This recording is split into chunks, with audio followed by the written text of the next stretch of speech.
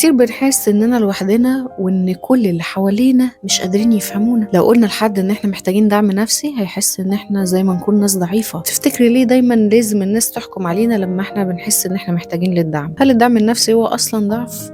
أنا هنا جاية أقولك إن الدعم النفسي مش ضعف، الدعم النفسي هو منتهى القوة. مهما كانت مشكلتك لازم يكون عندك مساحة آمنة للتعبير. المساحة الآمنة دي إن أنت تقدري إنك تعبري عن نفسك من غير خوف، من غير تردد، من غير أي شروط أو قيود. وفي جلسات العلاج النفسي الأونلاين هيوفر لك إن أنت تقدري إنك تتكلمي بكل حرية مع معالجة نفسية متخصصة تقدر إن هي تفهمك وتدعمك بدون خوف من الأحكام، بس مساعدة، تقبل وفهم. والمساعدة دي مساعدة حقيقية عشان تقدري ان انت تفهمي حياتك بشكل يحسسك ان انت فعلا مرتاحة. لو كنت في حاجة للدعم النفسي لكن انت فعلا مش قادرة ان انت تلاقيه وسط الناس اللي حواليكي، احجزي جلستك الاونلاين دلوقتي وما تنسيش هتلاقي لينك الحجز موجود في البايو.